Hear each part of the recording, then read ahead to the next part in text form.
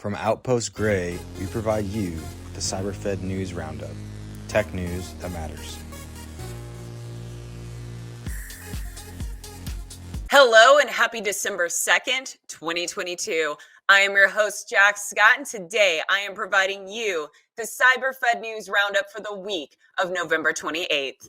Let's get into it. 142 people arrested in international operations that shut down spoofing services website. For 13 months, the United Kingdom, supported by the United States, Europe, Australia, Ukraine, and Canada, spent the last year working to shut down a spoofing service website.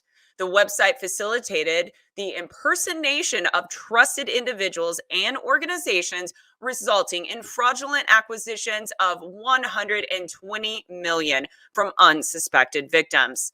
The website was created in July 2021 and provided services such as making spoofed calls, sending recorded messages, and intercepting one-time passwords on a pay-per-use basis. According to a report from Europol, the site received $3.8 million in fees from the users. In guidance published by the UK National Cybersecurity Centre, they stated that, quote, "The better known your brand is, the more likely someone will try to exploit it. This misuse can appear across many platforms, including online advertisement, social media accounts, email, SMS, and phone calls," end quote.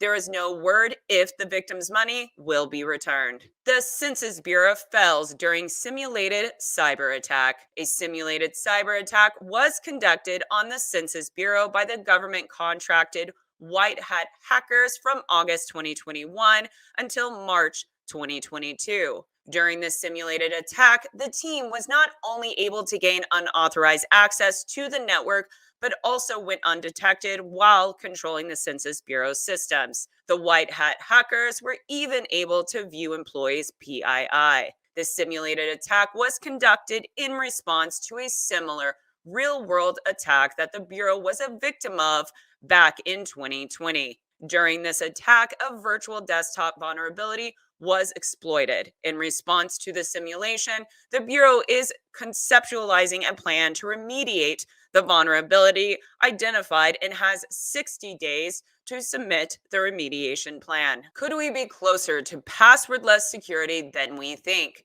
A security officer at Okta discusses how to bury passwords forever while better protecting companies and its users. The trick is creating a good security user experience while avoiding making logging in and authentication too complicated for the users. If the security becomes too erroneous, employees will typically find a workaround that is not always safe for the security of the company.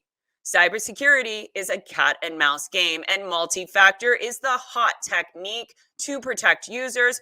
But now adversaries have found ways to hack MFA, making professionals search out the next technique to protect their end user. The idea is to remove passwords completely. For an example, someone could use biometrics like fingerprints coupled with a UB key, which threat actors cannot duplicate as of right now. Thanks to AWS, Ukraine's government data will be saved from destruction by Russian forces. Early into the invasion of Ukraine by Russia, Ukrainian leaders were working with AWS and other partners to move the data into the cloud. The intent was to protect it should Russia begin to target critical infrastructures, which we have witnessed happening in the last few weeks and months. The strategy and quick response by the Ukraine leadership has saved the Ukrainian government and the economy by saving Ukrainian databases and state registers in the cloud. One Ukrainian leader quotes, "You cannot destroy the cloud with a Russian missile," end quote. Thankfully, the Ukrainian government was agile and able to digitize its government services through a smartphone application